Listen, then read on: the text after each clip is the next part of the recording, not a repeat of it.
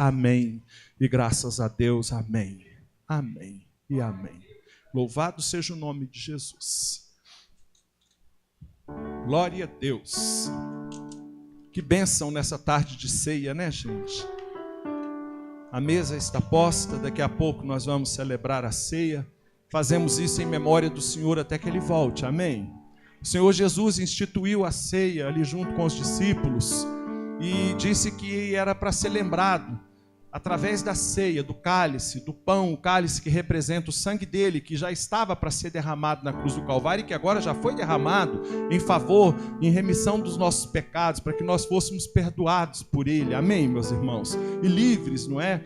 Da morte eterna. E também do pão que nós vamos comer hoje, que significa, né, o corpo de Cristo, não é? Então Jesus, ele disse assim: fazer isso em memória de mim, ou seja, em memória de mim, para que nós lembrássemos desse momento tão importante, não é? Que é o momento da cruz, o momento da salvação, o momento da morte e ressurreição de Jesus, e para que nós lembrássemos também de que ele vai voltar, amém?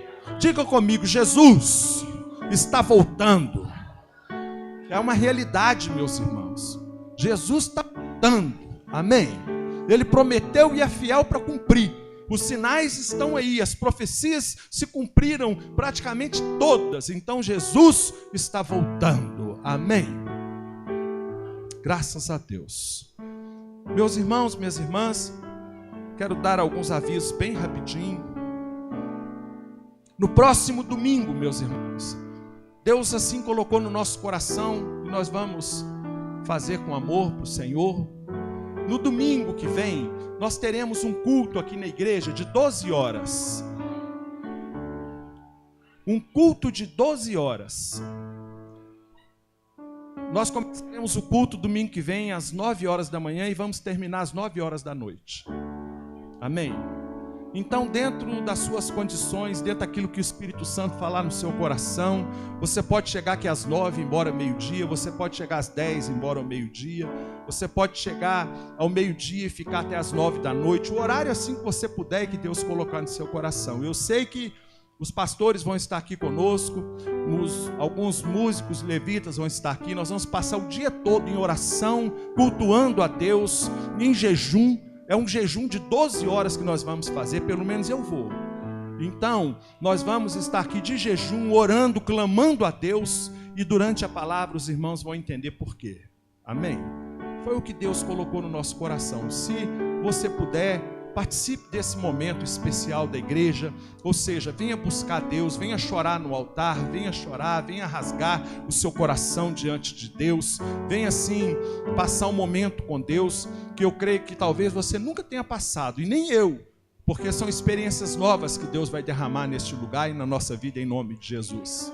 Então domingo, se assim Deus permitir, nós estaremos aqui 12 horas cultuando a Deus e louvando a Deus e adorando a Deus em jejum. Amém, meus irmãos? E eu creio que vai ser um tempo novo, vai ser uma bênção para todos nós em nome de Jesus. Então domingo, 12 horas aqui na presença do Senhor. Amém?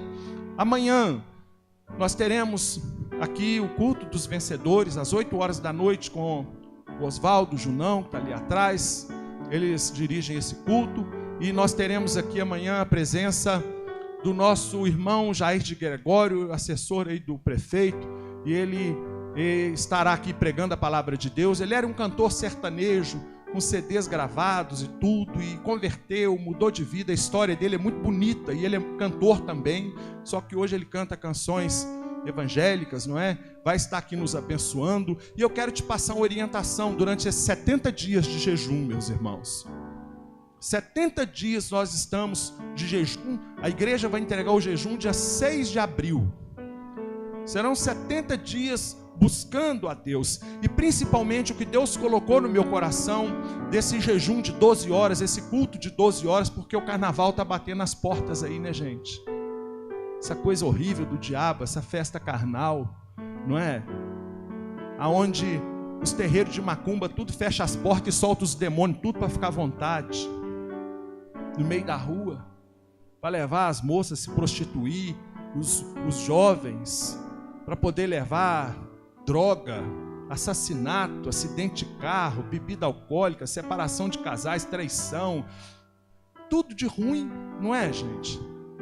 Tudo de ruim. E nós vamos orar durante esses 12, porque eu creio em oração, meus irmãos. Eu creio no jejum, eu creio no poder da oração. Falava hoje de manhã aqui, tinha aqui em cima uma danceteria que chamava Fênix, que era um inferno que tinha aqui nesse bairro. E para toda a cidade de Belo Horizonte. Vários jovens morreram assassinados aí. Quando nós viemos para cá, nós plantamos essa igreja, a grandeza de Deus aqui, nós começamos a orar e clamar a Deus, falei, Deus, toma uma providência, Deus, fecha esse lugar, faz alguma coisa, Deus, tira esse povo daí, Deus, faz alguma coisa, e clamando, e quantas vezes nós fomos para lá, e passamos lá de madrugada, e paramos na porta, ungimos e clamamos a Deus. Eu passava lá de noite, com o carro e com bola assim de algodão ungido, que eu ficava aqui na igreja orando. Na hora que eu passava na porta, eu mandava aquelas pelotas de algodão ungido lá e pregava, plá! Aquilo ali era como se fosse um míssil, um tomahawk que jogava ali naquele lugar. E o tempo foi passando, sabe, meus irmãos, tem tempo, o tempo é de Deus, sabe? Quantas vezes aqui em cima está o cálice de oração. Quantas vezes, meus irmãos, a gente fica pensando assim, está demorando, mas pastor, de novo, eu já fiz esse pedido há 1 ano atrás, fiz esse pedido 2 anos atrás. Meu irmão e minha irmã, fica tranquilo, Deus está trabalhando. Nós oramos 3 anos, mas 3 anos o Senhor tirou a Fênix daqui, acabou, graças a Deus. Então, meus irmãos, tem coisa, sabe, que demora mais um pouco. Isso não quer dizer que a oração é fraca, não quer dizer que Deus é fraco, não quer dizer que Deus esqueceu, não quer dizer nada disso não. Eu quero te dizer que a missão minha e sua é perseverar na oração, amém? É perseverar continuando na fé, continuando buscando, continuando crendo que Deus está trabalhando, que Deus vai fazer, que Deus vai mudar, amém? Em nome de Jesus. Como sempre eu digo, não foi hoje, mas pode ser amanhã ou pode ser depois de amanhã, amém? Não tem problema, eu vou aguardar em Deus, eu estou feliz, eu vou esperar em Deus, porque sei que Deus não falha nas suas promessas, amém? Então depois, se você não pôs a sua oração, põe as fotos aqui, toda sexta-feira, começamos nessa sexta-feira agora, toda sexta-feira, depois do culto da noite, nós estamos indo para o monte, orando, foi tão bom lá, sabe, levantamos esse cálice para o alto, lá no monte, e estava lá orando, pedido por pedido, pelas fotografias, clamando a Deus, sabe, e eu creio que Deus trabalha, amém, meus irmãos? Jesus disse assim, olha, eu trabalho, Jesus dizendo, e o meu Pai trabalha até hoje. Trabalha em favor de quê? Sabe que Jesus tem empresa? Jesus tem filho. Amém, meus irmãos? O Senhor tem filho, Ele trabalha em favor daqueles que o buscam. Então, meu irmão, coloque aqui, creia nisso, em nome de Jesus. Amém? Terça-feira, culto das mulheres. Eu falava agora há pouco com os irmãos. Se você puder, sabe, meus irmãos, durante esses 70 dias, venha no máximo de culto que você puder. Faça um esforço, faça um sacrifício. Eu falei, não, eu vou. Está difícil, mas eu vou. Estou cansado, mas eu vou. Sabe, começa a vir. Deus tem sempre algo novo para falar conosco. Então amanhã, culto dos vencedores. Terça-feira, o culto das mulheres. Quarta-feira, culto da salvação.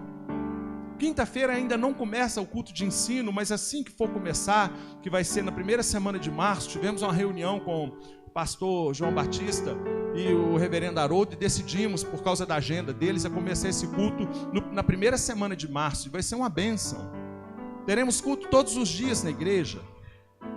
Sexta-feira, culto de libertação, 7 da manhã, 3 da tarde e também às 7h30 da noite. Sábado, culto dos jovens. Jovem, você não pode faltar nessa reunião. 19 horas, venha, em nome de Jesus. Está sendo uma bênção. Amém, igreja? Louvado seja o nome de Jesus. Amém? Então tá bom, dado todos os avisos, eu gostaria assim mesmo que você fizesse um esforço essa semana para participar de tudo que tem na igreja. E domingo, 12 horas de culto, 12 horas de adoração, 12 horas de louvor, 12 horas de jejum, 12 horas aqui buscando a Deus, em o nome de Jesus. Amém? Graças a Deus. Vamos ouvir nesse momento a bendita palavra de Deus. E daqui a pouco nós estaremos celebrando a Santa Ceia do Senhor. Evangelho de Lucas, capítulo 13. Evangelho de Lucas, capítulo 13.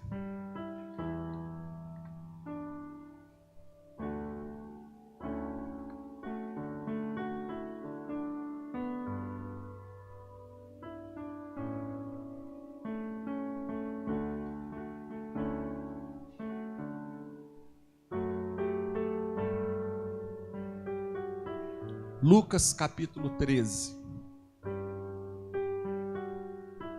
Todos acharam? Fecha seus olhos por um instante. Coloque a Bíblia aberta agora aí no seu coração nesse texto. Você que não trouxe a Bíblia, você pode colocar sua mão no seu coração, em nome de Jesus. E peça ao Senhor Espírito Santo para revelar essa mensagem no seu espírito nessa noite. Peça ao Senhor para falar com você nessa noite. Fala com o Senhor que você está disposto a ouvir a voz de Deus nessa noite. Fale com o Senhor que você está disposto ou disposta a não só ouvir, mas praticar essa palavra, a viver essa palavra, a deixar que essa palavra possa mudar a sua vida, possa transformar a sua vida e consequentemente a sua família, seus negócios, sua saúde, seu casamento e tudo que você tem. Senhor nosso Deus, estamos diante dessa palavra, mensagem que o Senhor escolheu para essa noite, e peço ao Senhor graça, unção, sabedoria, para poder ministrar, ó Deus, essa palavra ao coração, ao espírito de cada irmão e irmã e jovem que está aqui nessa noite, em nome de Jesus, Senhor. Abençoa-nos, ó Deus. Sê conosco, meu Pai. Abre os ouvidos espirituais, meu Deus, de cada um, meu Deus. Ó Pai, que nenhuma palavra, Deus, possa ser assim, ó Deus, transformada por causa da incredulidade que há em nós, meu Deus, em nome de Jesus. Muito pelo contrário, meu Deus, que o Senhor aumente a nossa fé após ouvir essa palavra, Deus. Fala conosco, precisamos tanto do Senhor, meu Deus, em o nome do Senhor Jesus. Amém. E graças a Deus. Amém. Meus irmãos, esse texto dessa noite, se eu fosse colocasse um título nele, seria assim: o arrependimento genuíno. Diga comigo, o arrependimento genuíno, verdadeiro. O arrependimento que transforma, que muda a minha vida. Na nossa vida, meus irmãos, como cristãos, como servos de Deus, como filhos escolhidos, tudo começa quando nós entendemos e começamos a entender e praticar o que é o arrependimento. O arrependimento é a base para a salvação. Sem arrependimento não há salvação. Diga comigo, sem arrependimento não há salvação. Sabe que João Batista,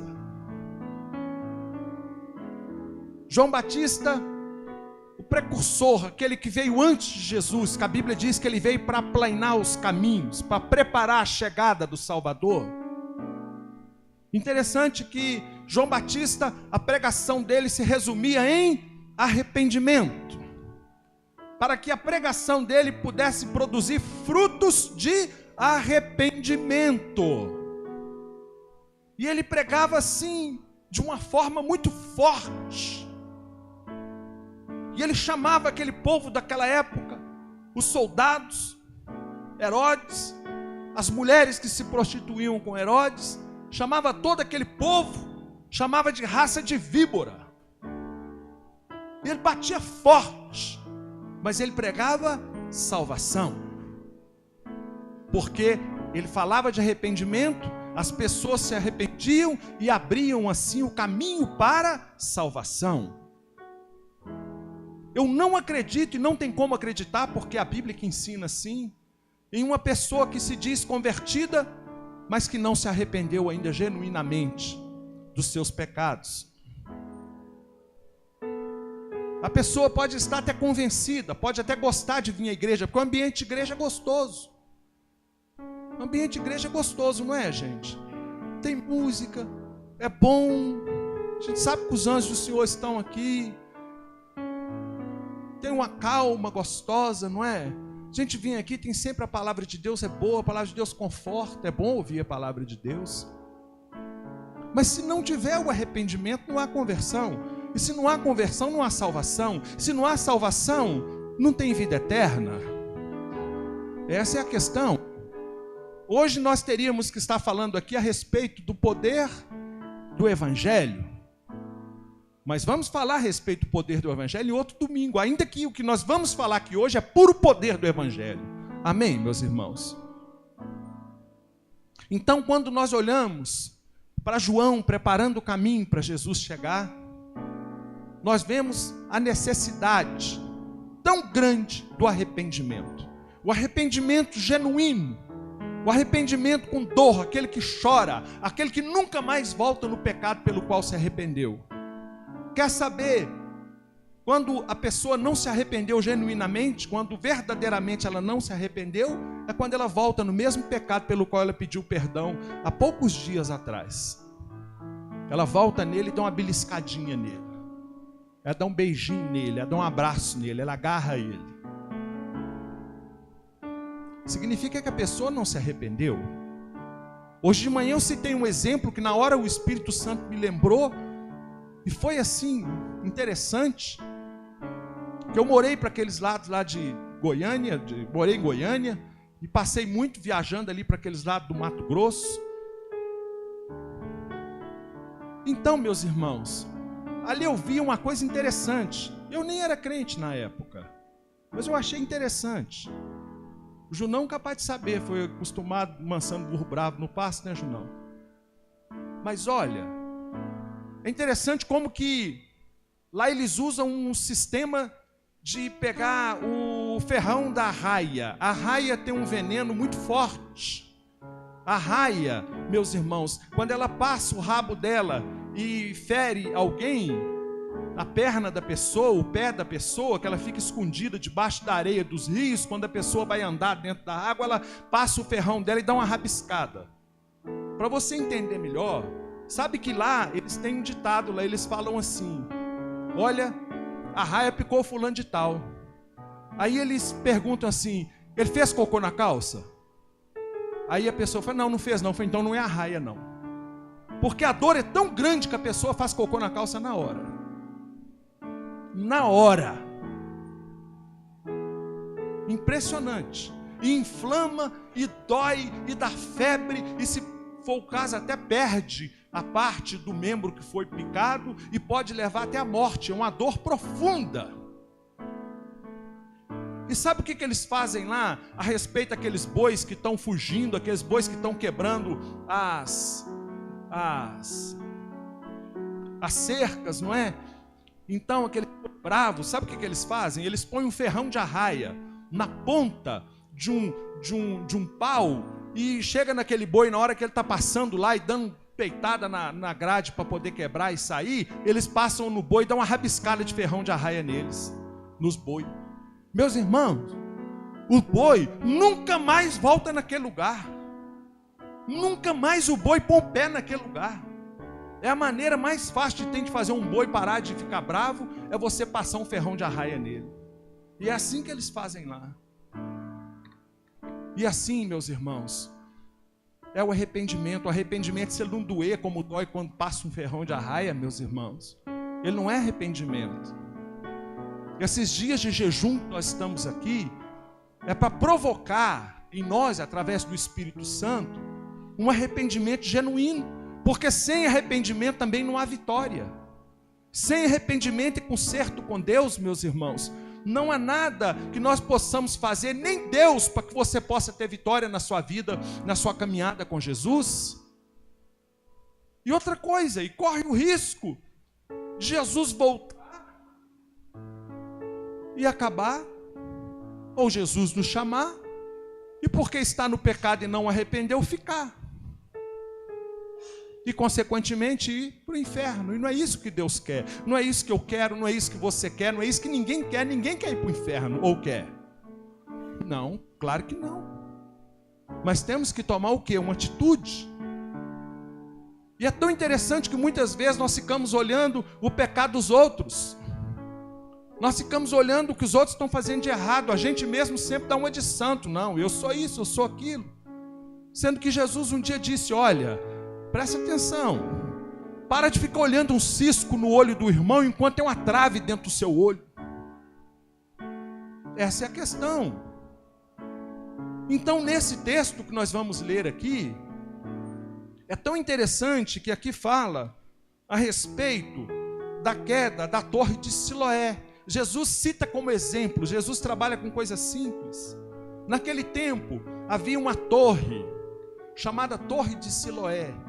E essa torre, ela ficava assim, ela foi construída, essa torre, lá no tempo de Salomão, mas tinha uma pedra, aonde fizeram um tanque, uma piscina que chamava Piscina de Siloé, aonde também aquele cego, Jesus fez lama, fez lodo e passou nos olhos daquele cego e falou, vai lá e banha-te lava teus olhos naquele tanque de Siloé e você vai voltar curado, vendo.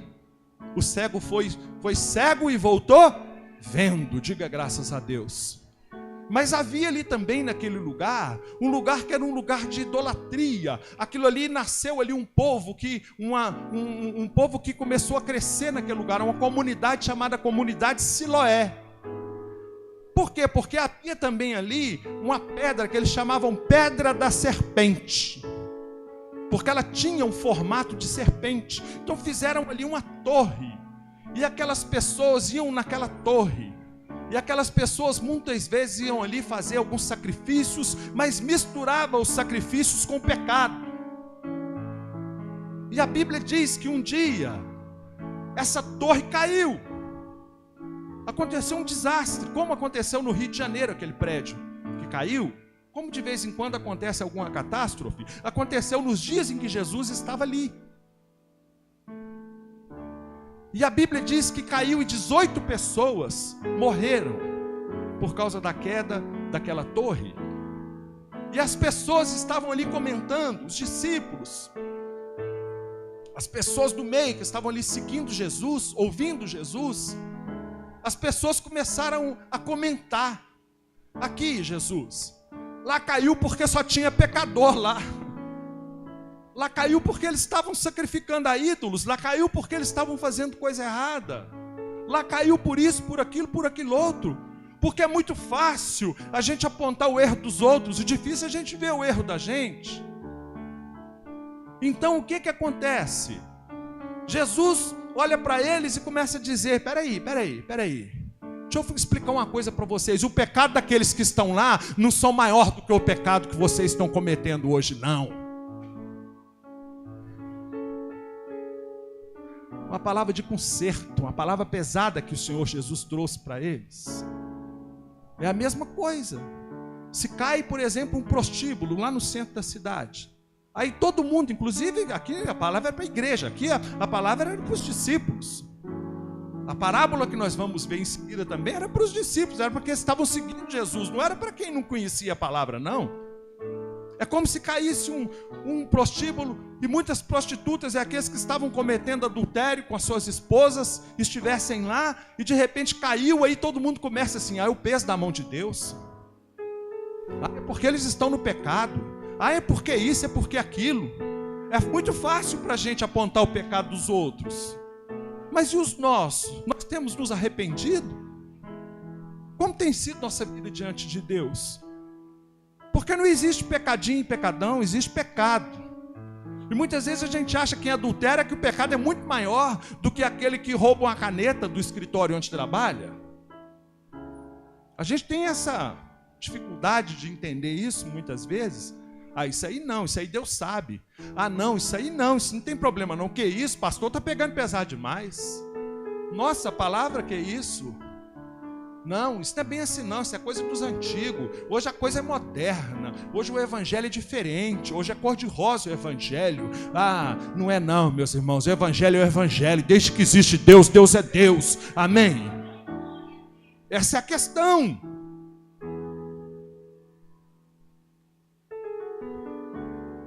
Capítulo 13 de Lucas diz assim: naquela mesma ocasião, chegando alguns, falavam a Jesus a respeito dos galileus, cujo sangue Pilatos misturara com os sacrifícios e com os mesmos realizavam. Ele, porém, lhes disse: pensai que esses galileus eram mais pecadores do que todos os outros galileus, por terem padecido estas coisas? Olha para mim um minutinho, por favor. Aconteceu mais. Além da queda daquele muro, daquela torre, aqui Pilatos tinha mandado matar um monte de galileu também, que tinha se rebelado contra o sistema romano daquele tempo. Eram galileus. Eles tinham se rebelado. E quando eles estavam prestando sacrifícios a Deus, Pilatos mandou matar e misturou o sangue deles com sacrifício. E também aconteceu o mesmo lá, porque caiu a torre, porque 18 pessoas morreram naquele dia. Então imagina, a morte dos galileus com a queda da torre, mais 18 mortes. Então o assunto na cidade era aquele. O momento em que todo mundo falava sobre aquilo, o momento em que todo mundo só comentava aquilo. Você viu? Nossa, o que é isso, hein?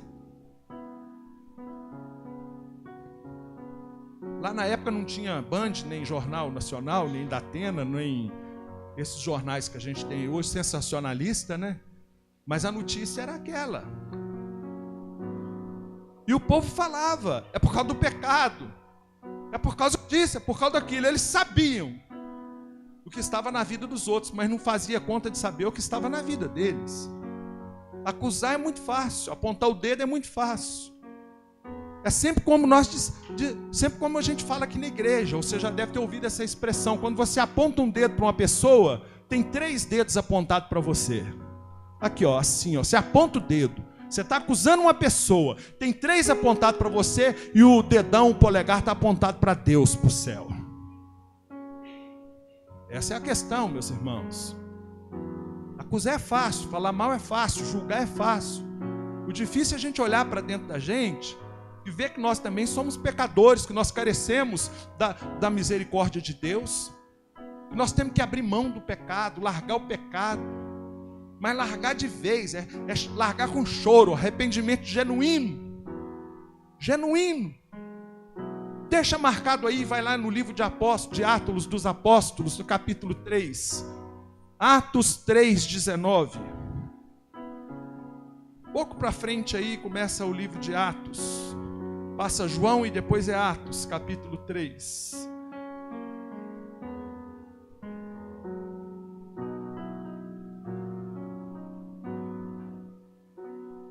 Atos 3, versículo 19.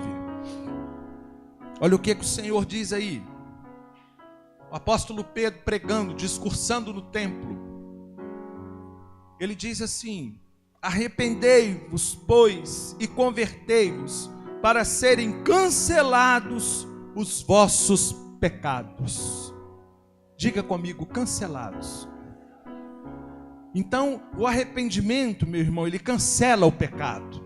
O arrependimento é como se, no momento do arrependimento, no momento do choro, no momento da dor, no momento em que nós reconhecemos que nós estamos ferindo o coração de Deus, ferindo o coração da esposa, dos filhos, ferindo o coração do pastor, da igreja. Então, quando há o arrependimento genuíno, e Deus olha e vê dentro da gente, e vê que há sinceridade, e vê que há realmente uma dor, um sofrimento, sabe, meus irmãos, o Senhor chega com o carimbo dele e olha, cancelado. Ele bate o carimbo dele, cancelado, acabou. Jesus cancelou o pecado, acabou. A Bíblia diz que ele joga no mar do esquecimento, não se lembra dele mais, não acusa mais, nem nada. O diabo não tem força mais sobre aquele pecado, acabou. Essa é a verdade. E o Senhor continua dizendo aqui através do apóstolo Pedro, ele diz assim, versículo 20, a fim de que da presença do Senhor venham tempos de refrigério e que Ele envie o Cristo que já vos foi designado, Jesus. Diga graças a Deus. Meu irmão e minha irmã, o pecado uma vez, meu irmão, ele confessado, o pecado, ele arrependido, sabe, meus irmãos, sabe o que acontece? Vem o refrigério, vem a presença de Jesus. A pessoa fica leve, porque o pecado fede, o pecado dói, o pecado maltrata, o pecado deixa a pessoa feia. O pecado deixa a pessoa feia. Você olha para a pessoa está com aquele semblante pesado, carregado, dói. Agora, quando cancela, meu irmão e minha irmã, é coisa gostosa, vem o refrigério de Deus, vem a presença de Deus para a nossa vida, a gente fica leve. Amém? Quer ver uma coisa? Volta lá em Lucas, mas agora no capítulo 3, e deixa marcado aí onde a gente está trabalhando nesse texto aí, tá?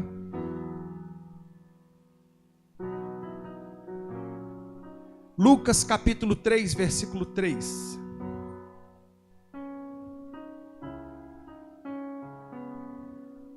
Esse texto fala da pregação de João Batista. Há pouco nós ouvimos aí a pregação de Pedro, onde os pecados são cancelados através do arrependimento. E agora, como que João Batista pregava? Todos acharam Lucas capítulo 3, versículo 3? Diz assim. Achou, Rita? Está na mão aí? Lucas 3.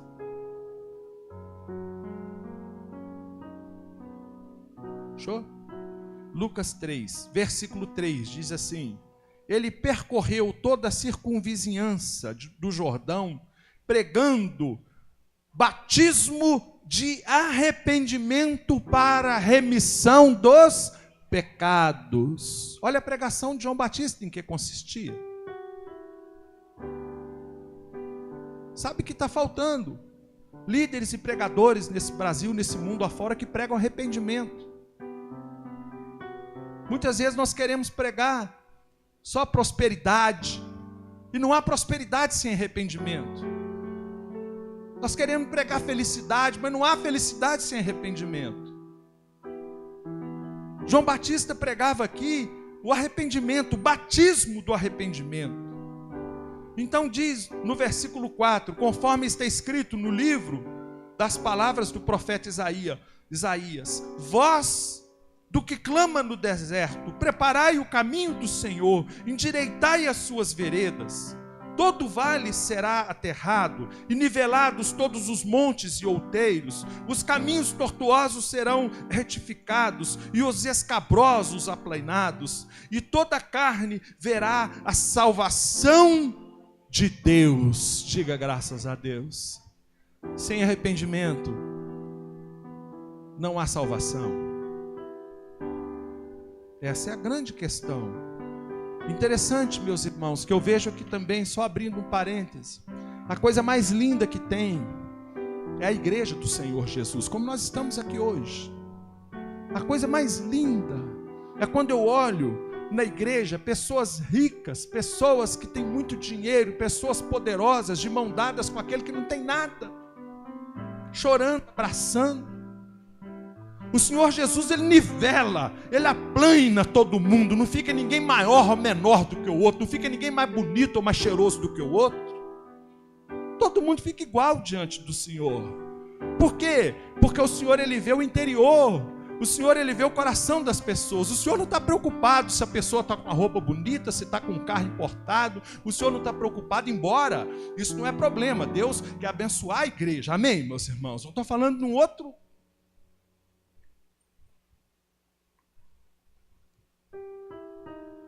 Deus vê coração, meus irmãos. Deus vê lá dentro. Ele veio para aplanar o caminho, para aterrar, para deixar tudo igual, para nivelar tudo. Versículo 7, dizia ele, pois as multidões que saíam para serem batizadas, e ele pregava, raça de víboras, quem vos induziu a fugir da ira vindoura? Produzi, pois, frutos dignos de arrependimento. E não comeceis a dizer entre vós mesmos: temos por pai Abraão, porque eu vos afirmo que destas pedras Deus pode suscitar filhos a Abraão. Meu irmão e minha irmã, o João Batista, ele pregava para que fossem produzidos frutos de arrependimento. O Senhor Jesus, ele disse que se conhece uma árvore é pelo fruto, fruto de arrependimento. A pessoa que prostituía não prostitui mais, o que rouba não rouba mais, o que adultera não adultera mais, o que fala palavrão não fala mais, aquele que pulava carnaval não pula mais, aquele que via Big Brother não vê mais. É o fruto do arrependimento. É visível para todos verem. Todos olham e falam: que bênção, aquela pessoa mudou tanto. Aquela pessoa é outra, ela está diferente, o jeito dela conversar é diferente, o jeito dela andar é diferente, o jeito dela vestir é diferente, ela come diferente. Ela é diferente, eu quero ser igual a ela. Tem alguma coisa aí que é gostoso de ver nessa pessoa. É o fruto do arrependimento, meus irmãos. É o fruto. Essa é a questão. Nós vamos ver aqui na sequência desse texto algo muito forte que Jesus diz, numa parábola, que vocês vão entender realmente o que é o arrependimento. E se não arrepender, o que acontece? Então, João Batista dizia e pregava, a pregação dele consistia, versículo 8, produzir, pois, frutos dignos de arrependimento, e não comeceis a dizer entre vós. Amém? Não adianta ficar só falando, eu fiz isso, eu fiz aquilo outro. Não. Se conhece a árvore é pelos frutos. O Senhor não quer folha, o Senhor quer fruto. Não adianta ser uma árvore bonita, cheia de flor, bonita, cheia de folhas bonitas. O Senhor quer frutos. Amém, meus irmãos? E continuando, meus irmãos, volta lá, por favor. Passa para frente um pouquinho, aliás. Vai lá para o capítulo 13 de novo.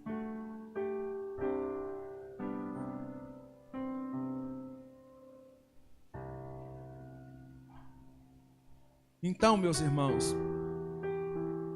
ali os discípulos, aquelas pessoas todas, diante de uma tragédia, da torre de Siloé que caiu, 18 morreram, diante daquele massacre também de Pilatos, misturando o sangue das pessoas com sacrifícios, algo terrível. Diante de tragédias, as pessoas chegavam para Jesus e começavam a dizer: Jesus, eles fizeram isso por causa daquilo outro, por isso que veio o peso da mão de Deus sobre eles. E Jesus diz para eles, versículo 13:3, não eram, eu vos afirmo, se porém não vos arrependerdes, todos igualmente perecereis. Ou seja, o que é que Jesus disse? Olha, se também não houver arrependimento no seu coração, arrependimento genuíno, olha, vai perecer, vai morrer igual aqueles lá. Porque não adianta ficar acusando os outros e falando que eles, olha para vocês, olha para dentro de vocês, vê o que está acontecendo. Versículo 4, ou cuidais que aqueles 18 sobre os quais desabou a torre de Siloé e os matou, eram mais culpados do que todos os outros habitantes de Jerusalém? É forte isso que Jesus estava falando, não é, Oswaldo? É forte. Versículo 5, não eram, eu vos afirmo, mas se não vos arrependerdes, todos igualmente perecereis. Então Jesus começa a partir daí a proferir uma parábola para os discípulos, para aqueles que conheciam, que estavam seguindo Jesus. E essa parábola é para hoje, para o dia de hoje, para a igreja, para mim e para você. Diz assim: então Jesus proferiu a seguinte parábola: certo homem tinha uma figueira plantada na sua vinha. Olha para mim um pouquinho. Um homem que tinha uma figueira plantada na vinha. Vinha não é lugar de figueira, vinha é lugar de plantar uva. É ou não é? Mas a vinha, meus irmãos, a vinha aqui é a igreja do Senhor, a vinha do Senhor. Lá em João nós vemos que o Senhor é o viticultor e a vinha somos a igreja, somos nós. Só que havia ali uma figueira plantada junto.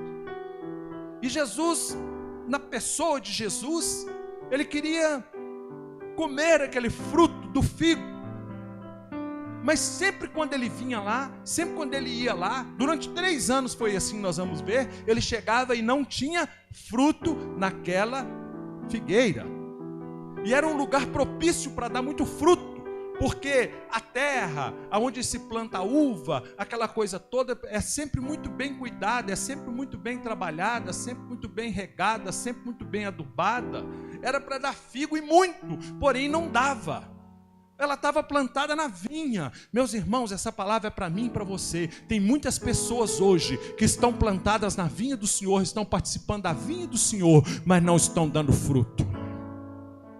Nem digno de arrependimento, nem fruto do Espírito Santo, que é a evidência do Espírito Santo na vida de uma pessoa, não é a pessoa orar em línguas. A evidência do Espírito Santo em uma pessoa, não é ela ter muito dinheiro. A evidência do fruto do Espírito Santo numa pessoa não é ela ser bonita, ela cantar bonito, não é ela orar bonito, orações longas, floreadas, não é isso, não é evidência do Espírito Santo. Até uma pessoa cheia do Espírito Santo faz isso tudo e pode isso tudo, amém, meus irmãos? Mas não é a evidência. A evidência do Espírito Santo na vida de uma pessoa é os frutos, são os frutos. O que são os frutos do Espírito Santo na vida de uma pessoa? Amor, fidelidade, domínio próprio, mansidão, fidelidade. Quem mais? Está faltando aí. Longanimidade, domínio próprio, mansidão. Isso é evidência do Espírito Santo na vida de uma pessoa. Isso é fruto. Continuando. Vamos ler de novo o versículo 6. Então Jesus proferiu a seguinte parábola: certo homem tinha uma figueira plantada na sua vinha, e vindo procurar fruto nela, não achou. Pelo que disse ao viticultor: há 3 anos venho procurar fruto nesta figueira e não acho. Podes cortá-la, para que ela ainda... Pode cortá-la. Para que está ela ainda ocupando inutilmente a terra? Nosso Deus, que é isso? Jesus, olha, o dono da viticultura, olha, chega lá, e não achando fruto mais uma vez, 3 anos. Meus irmãos, presta atenção no que eu vou te dizer aqui, que é forte. Deus, Ele constantemente visita a sua casa, Ele visita a sua igreja, Ele visita o seu comportamento. Deus constantemente visita tudo que você está fazendo. Ele visita. A palavra de Deus diz que os olhos do Senhor passeiam por toda a terra. A palavra de Deus diz que nada vai ficar encoberto debaixo desse sol. Deus está sempre visitando. Deus não visitou Sodoma e Gomorra e destruiu Sodoma e Gomorra. Deus não visitou no tempo da Torre de Babel, onde aquele povo estava querendo ser um povo célebre, um povo importante. Um povo importante para que eles ficassem conhecidos como importantes, não o Senhor. Ficar importante não é o problema é deixar que a importância ultrapasse a pessoa do Senhor. O Senhor disse, olhou e falou assim: eu vi a maldade, eu vou destruir essa torre, e eu vou espalhar esse povo por toda parte, e por todas as nações, e vou misturar a língua deles. O Senhor está sempre visitando, meus irmãos. Bobo é a gente de achar que Deus não visita, que Deus não sabe nada. Eu vou fazer isso aqui porque ninguém está vendo, minha mulher não está, meu pastor não está, tal, mas Deus está vendo. Deus enxerga tudo, Deus sabe tudo. Não adianta. Essa é a questão. E aqui, meus irmãos, nesse versículo, no 7, aqui diz que que essa árvore, que essa figueira, ela estava ocupando um lugar ali inutilmente. E na vinha do Senhor, infelizmente, tem muita gente que é inútil, que não produz fruto nenhum. Não produz fruto nenhum. Não quer se arrepender, não quer, sabe, não quer nada. Não quer nada. João Batista, quando ele pregava, nós não lemos, podia até ter lido, mas não vou voltar lá por causa do tempo. João Batista pregava e ele falava assim: olha aqui, raça de víbora, presta atenção, o machado já está posto no pé da árvore. O machado já está posto no pé da árvore, ou seja, não deu fruto digno de arrependimento, corta. Corta. João Batista pregava isso. Não deu fruto, corta. Sabe, meus irmãos, tem muitas pessoas que saem da igreja, como já saíram alguns daqui, não são todos, é claro. Alguns saíram daqui porque foram para outra igreja, porque mudou, porque de repente não gostou. Amém. Ninguém é obrigado a ficar na igreja. Você é obrigado a participar de uma igreja. Nem obrigado é. Você deve participar de uma igreja. Mas sabe o que acontece? A palavra de Deus diz aí que durante 3 anos ele foi àquela viticultura. E ele passou por aquela mesma figueira e ele olhava e não tinha fruto. De repente o que ele mandou fazer? Corta. Aí nós vamos ver aqui que na continuação diz aqui assim, versículo 8: ele porém respondeu: Senhor, deixa ainda este ano, até que eu escave ao redor dela e lhe ponha estrume. E se vier a dar fruto, bem está. Se não, mandarás cortá-la. Ou seja, diga comigo, Deus é um Deus de oportunidade. Ele foi lá 1 ano, uma vez. Foi lá no 2º ano, 2 vezes. Foi lá no 3º ano, 3 vezes. Mandou cortar, mas mais uma vez o Senhor se compadeceu, mais uma vez o Senhor deu oportunidade e deixou aquela figueira ali por mais 1 ano. Muitas pessoas que passaram por aqui, por essa igreja, ou que passam por outras igrejas, é Deus dando oportunidade para aquela pessoa de um conserto, de um arrependimento. Vai lá para a grandeza de Deus, eu vou te pegar e eu vou te colocar lá. Então aqui chega cuidada, tem carinho, tem amor, mas não quer produzir fruto, quer continuar no pecado, quer continuar levando a vida do jeito que quer, igual o Zeca Pagodinho, deixa a vida me levar.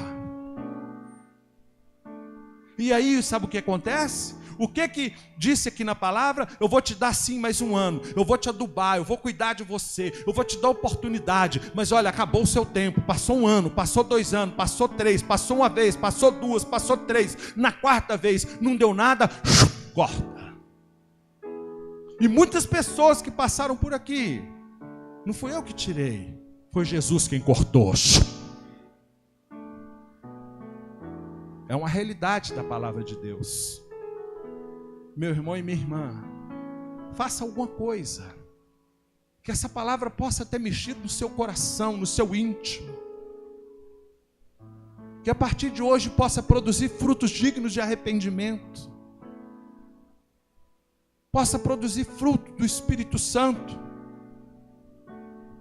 Porque quando a palavra vem, meus irmãos, é porque Deus está querendo falar com a igreja, é porque Deus está querendo mexer com a igreja, é porque Deus está querendo dar uma oportunidade, é porque Deus está querendo chegar estrume, está querendo chegar adubo, está querendo chegar esterco para dar uma oportunidade para mim e para você. Isso é o amor de Deus. Porque se fosse no pé da letra, meus irmãos, aquela figueira tinha sido cortada naquele momento. Mas mais uma vez o Senhor se compadeceu, porque Ele é Deus.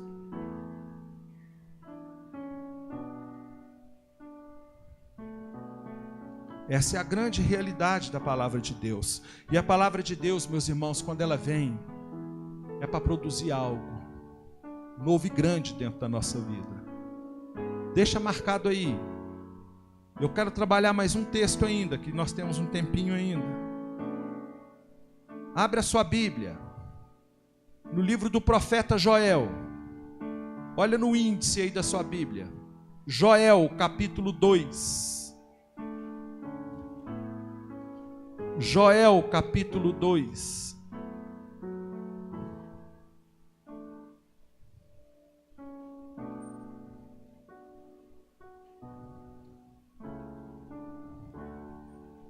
Joel, capítulo 2.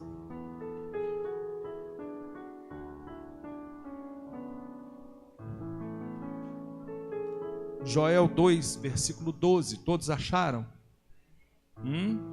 Tem alguns irmãos procurando ainda. Joel 2, 12. É importante que você encontre, que você acompanhe a leitura desse texto. Olha no índice. Nós estamos numa campanha lendo a Bíblia toda esse ano. Aproveite esse tempo de jejum e leia a Bíblia, para você ter mais intimidade com a palavra de Deus. Joel capítulo 2, versículo 12.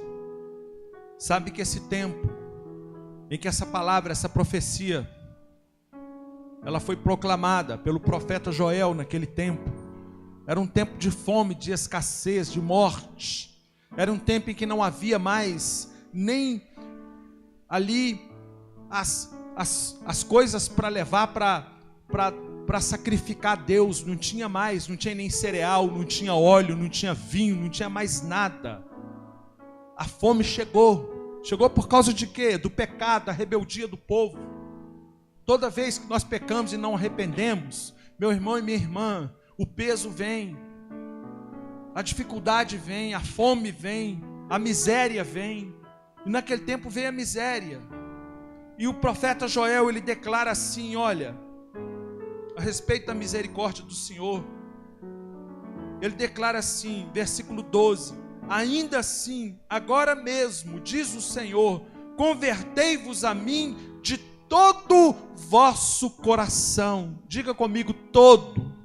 Não é só um pedaço do coração que Deus quer. Deus quer o nosso coração todo, amém? Coração todo convertido. Não é só converter numa área e a outra largar para trás. Não é só converter só na área que você acha que deve converter. É se converter em todo o vosso coração. Então o profeta diz assim, versículo 12: ainda assim, agora mesmo, diz o Senhor, convertei-vos a mim de todo o vosso coração. E isto com jejuns, com choro e com pranto.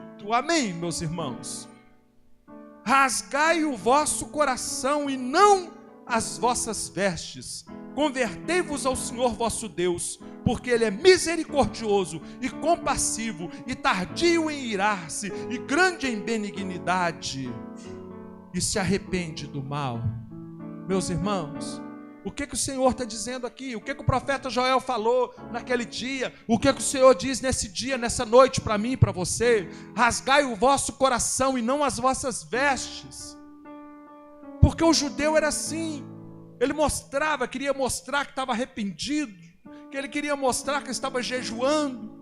Ele queria mostrar que ele estava fazendo algo, mas era tudo superficial. O arrependimento vinha, ele chegava e rasgava as vestes, ele rasgava as vestes, pegava cinza, colocava na cabeça, vestia pano de saco, sabe? Ficava jejuando com aquelas caras assim, sabe, de coitadinho, sabe? Mas dentro do coração deles não havia arrependimento. E Jesus olhava dentro do coração deles e sabia que ali estava havendo um engano, uma farsa, uma mentira. Por isso que o profeta chega e fala, olha, quer resolver a sua situação? Vocês estão com fome, está perecendo, não tem como nem levar oferta de sacrifício mais ao Senhor, porque acabou tudo, secou tudo, está morrendo, está perecendo. Então para de rasgar as vestes, rasga o coração, converta-se verdadeiramente ao Senhor.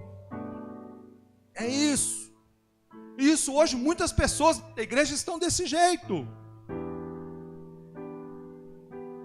Desculpa, mas é uma realidade.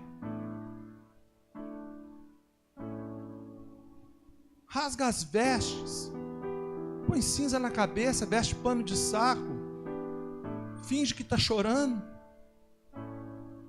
Jesus, o profeta Isaías, no capítulo 1, quando ele começa a descrever sobre o povo que estava em pecado, ele começa dizendo: o meu povo não me conhece, eu que criei esse povo com tanto carinho, eu que tive tanto cuidado com esse povo, agora eles não me conhecem. Ele fala assim: o boi conhece o seu dono, o jumento conhece o seu dono, mas esse povo não me conhece mais, esse povo esqueceu de mim, me abandonou.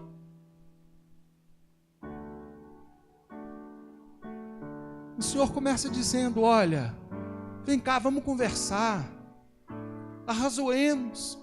É como um pai que pega o filho, põe ele no colo e fala assim: vem cá, filho, deixa eu te ajudar, o que está acontecendo com a sua vida? Eu quero te dar uma oportunidade, vamos começar de novo.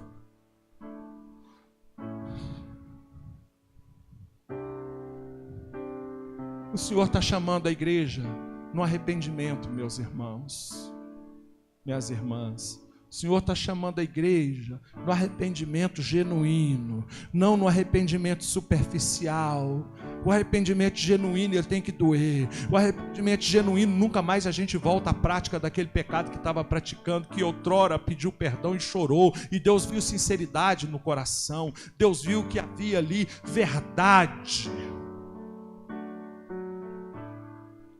O profeta Isaías, ele continua dizendo, versículo 13: rasgai o vosso coração e não as vossas vestes, e convertei-vos ao Senhor vosso Deus, porque Ele é misericordioso e compassivo, e tardio em irar-se, e grande em benignidade, e se arrepende do mal. Quem sabe não se voltará e se arrependerá, e deixará após si uma bênção, uma oferta de manjares e libação ao Senhor vosso Deus. O arrependimento, ele toca o coração de Deus. O arrependimento, ele move céu e terra. O arrependimento, ele produz frutos. Amém, meus irmãos? Em o nome de Jesus. Eu não tenho tempo, mas depois, se você puder ler Isaías capítulo 58, quando ali fala o Senhor a respeito do verdadeiro jejum, o jejum que agrada a Deus. O jejum, quando ele agrada a Deus, meus irmãos. Eu vou ler apenas uma parte aqui para você entender melhor. O jejum, quando ele agrada a Deus, é muito forte.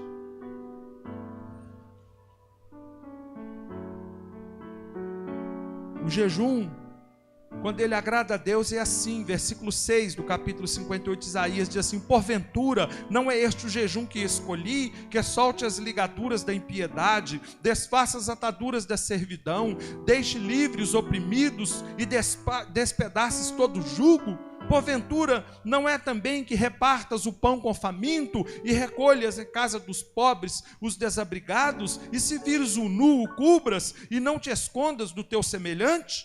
Então romperá a tua luz como alva, e a tua cura brotará sem sentença, e a tua justiça irá diante de ti, e a glória do Senhor será a tua retaguarda. Então clamarás, e o Senhor te responderá, gritarás por socorro, e Ele dirá: eis-me aqui. Se tirares do meio de ti o jugo, o dedo de ameaça, o que fala injurioso, e se abrires a tua alma faminto, e fartares a tua alma aflita, então a tua luz nascerá nas trevas, e a tua escuridão será como o meio-dia. O Senhor te guiará continuamente, fartará a tua alma em lugares áridos, e fortificará os teus ossos. Será como um jardim regado, e como um manancial cujas águas não faltam. Os teus filhos edificarão as antigas ruínas, levantará os fundamentos de muitas gerações, e serás chamado reparador de brechas e restaurador de veredas, que o teu país se torne habitável. Amém, meus irmãos? O jejum que agrada a Deus é isso, que agrada a Deus é isso. A noite vai parecer como um dia. Amém, meus irmãos? Fica de pé em nome de Jesus.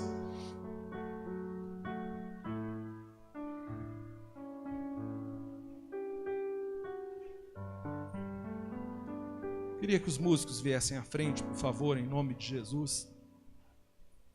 Tomasse os seus lugares.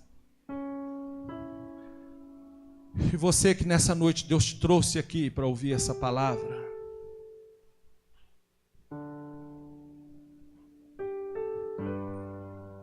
Até quando terá pessoas inúteis dentro da vinha do Senhor? Até quando?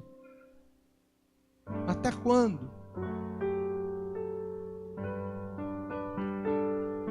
Pessoas que não querem dar frutos, pessoas que não fazem por onde dar frutos, pessoas que não se arrependem, pessoas que ouvem a palavra de Deus e cada vez o coração está mais duro, pessoas que continuam na prática do pecado, da mentira, do palavrão, dos vícios, dos maus tratos. Oh Deus, que o Senhor possa ter misericórdia da nossa vida nessa noite, meu Pai, em nome de Jesus. Nessa noite de ceia, na noite em que nós vamos comer do pão e beber do cálice, cálice da nova aliança, em memória de Jesus. Meu irmão e minha irmã, o Senhor tem dado tempo para mim e para você, para que nós possamos nos arrepender. Quando nós olhamos para todas as cartas, as 7 cartas que Jesus escreveu às 7 igrejas do Apocalipse, você vai observar que uma coisa é comum em todas as cartas. O Senhor Jesus, o próprio Senhor Jesus, ele diz: dê-te tempo para que arrepender. Deu tempo.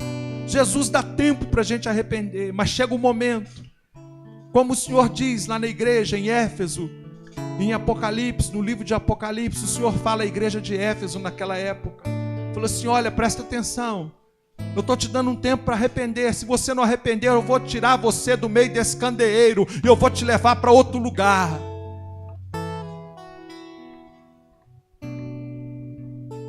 Não queira saber para onde ele está sendo levado, e nem queira ser levado para outro lugar. Fica no meio do candeeiro, fica no meio da presença de Deus. Dê frutos,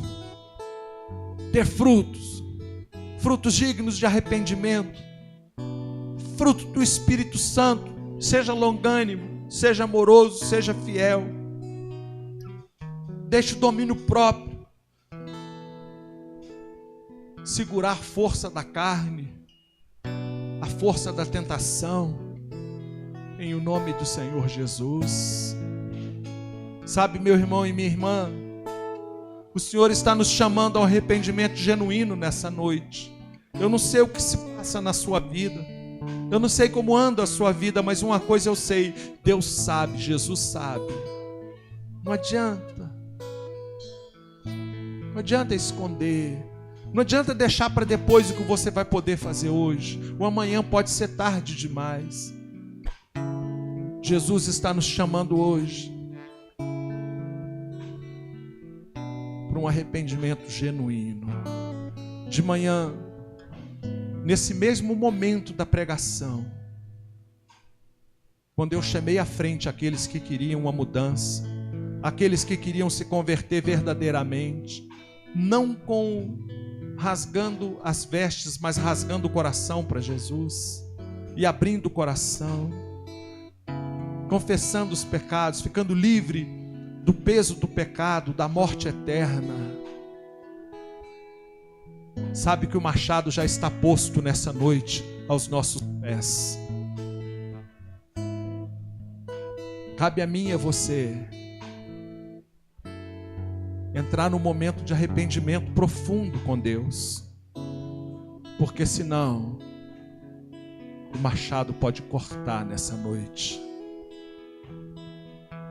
Quando eu chamei à frente hoje de manhã, pessoas que queriam receber essa bênção do Senhor, receber o refrigério do Senhor através do arrependimento, eu fui o primeiro a descer aí do altar aí para frente, porque eu também preciso, e também reconheci quando Deus estava falando comigo nessa palavra, que eu preciso de de me arrepender, que eu precisava de me arrepender de muitas coisas que eu estava fazendo que não estava agradando a Deus. Eu fui sincero com Deus, não tive vergonha, não tenho vergonha da igreja, porque eu também sou pecador, eu também preciso da misericórdia, do socorro, do perdão de Deus, como todos precisam. E eu quero te convidar em nome de Jesus, enquanto essa canção vai sendo ministrada, eu quero convidar você que quer sair do seu lugar e dar um passo de fé e vir aqui à frente, diante da mesa, aonde estão aqui os elementos da Santa Ceia, o suco de uva e o pão. Não participe da ceia do Senhor indignamente no pecado, que você passa a ser réu do corpo de Cristo. Vem uma condenação sobre a sua vida. A Bíblia diz que por causa das pessoas participarem de forma indigna da ceia, muitos estão fracos, doentes e muitos até já morreram. Não precisa de você passar por isso.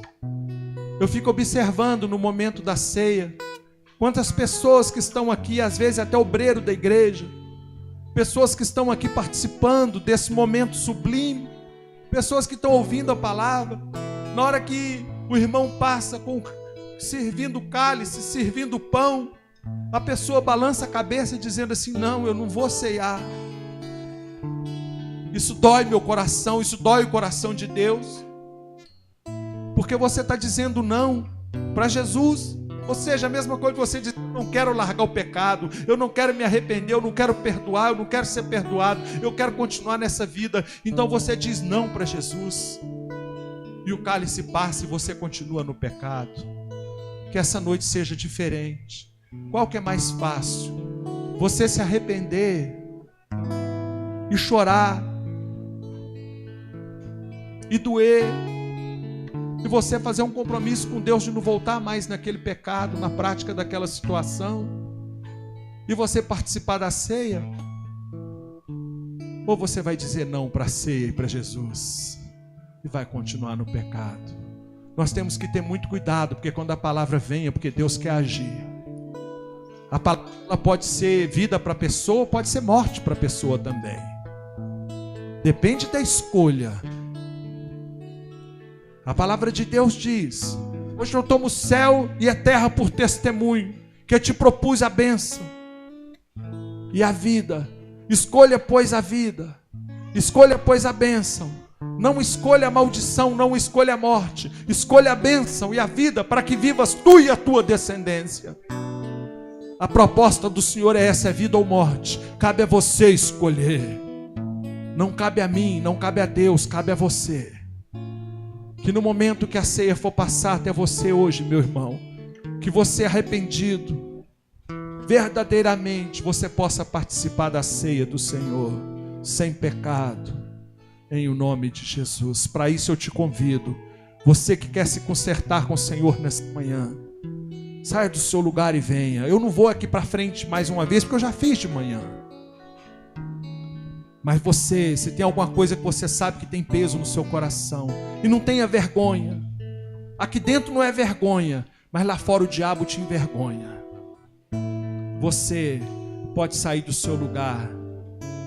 Se a palavra te tocou, se a palavra falou com você, se você sabe que você precisa de um conserto com Deus, de converter-se verdadeiramente, o seu lugar não é aí no banco, o seu lugar é aqui na frente. Enquanto a canção vai sendo tocada, você tem a oportunidade de sair do seu lugar e vir à frente e se consertar com o Senhor. Ninguém vai ficar te olhando, ninguém vai ficar: o fulano de tal está pecando. Como nós vimos, Jesus disse: olha, aqueles que morreram no pecado lá não são diferentes dos daqui. Então ninguém aqui tem o direito de acusar, de apontar o dedo, de falar isso ou aquilo outro.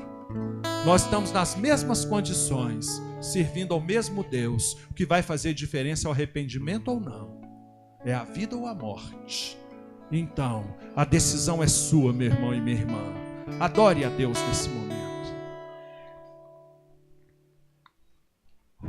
De cruz se erigiu, ela um dia é momento de reflexão, é momento de conserto, é momento de vida e não de morte. momento de choro, de pranto, mas de rasgar o coração. Abra seu coração para Jesus e fala com Ele. Porque não vai embora do jeito que você entrou aqui.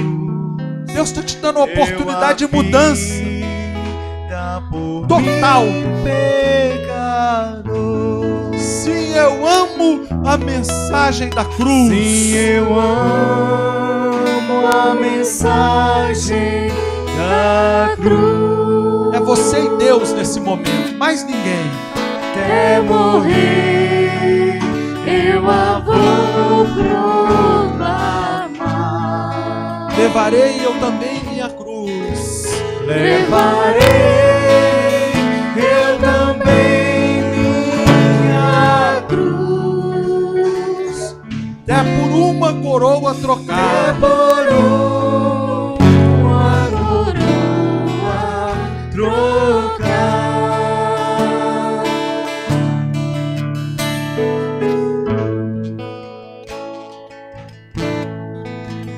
Desde a glória dos céus, o Cordeiro de Deus, ao Calvário brilhante baixou.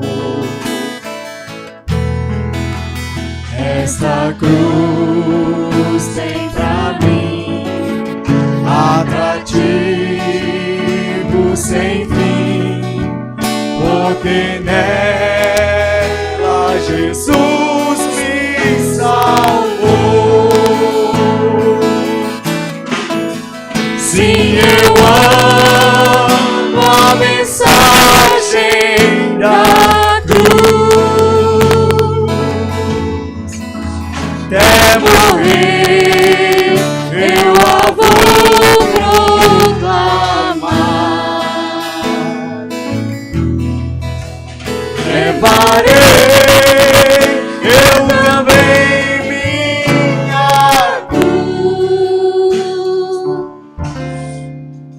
até por uma coroa trocar. Sabe, meu irmão e minha irmã, esse momento é um momento tão especial da igreja. É um momento em que o Senhor, Ele está te visitando nessa hora. Esse momento é um momento em que nós podemos até contemplar pela fé o machado sendo tirado. O machado que estava posto aos pés de muitos.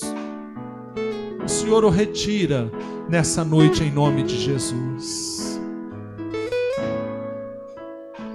Nesse momento em que nós vamos participar da ceia, os irmãos que estão aqui à frente, as irmãs, continuem aqui. Eu só quero pedir que você, ao receber o cálice, você ao receber o pão, se tiver algum marido, esposa, algum parente de você que estiver aqui à frente, que a pessoa que está lá atrás possa vir ficar aqui com você para participar da Santa Ceia junto, como família.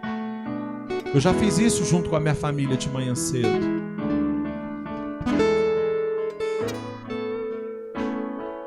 Senhor, nós consagramos esses elementos da ceia, meu Pai. O suco de uva, o pão. E fazemos isso em memória do Senhor, Pai, ao bebermos do cálice e comermos do pão, em lembrança, em memória dos grandes feitos do Senhor, da morte, de cruz, do sangue que foi derramado, do corpo do Senhor que foi moído por causa das nossas transgressões. Nós fazemos isso também em gratidão ao Senhor, meu Deus, e fazemos isso também, meu nome de Jesus, para nós não esquecermos do Senhor, meu Pai. E também, meu Deus, fazemos isso que o Senhor nos orientou, até que o Senhor volte. O Senhor está voltando, Jesus. Aleluia, Maranata, Senhor Jesus. Ao receber cada elemento, que você possa ter a convicção pela fé de que você estará recebendo o cálice com o sangue de Jesus e o pão sendo o corpo de Cristo. Os irmãos podem começar a distribuir em nome de Jesus, enquanto a canção vai continuar sendo ministrada. Nesta cruz. E você continue em espírito de oração. E por mim já morreu meu Jesus para dar-me o perdão. Eu me alegro na cruz, ela vem graça e luz para minha santificação. Aleluia, meu Deus. Sim, eu amo a mensagem da cruz. É morrer, eu a vou proclamar. Levarei eu também minha cruz, até por uma coroa trocar. Nessa noite tem alguém entre nós que ainda não entregou a sua vida para Jesus, ou estava afastado do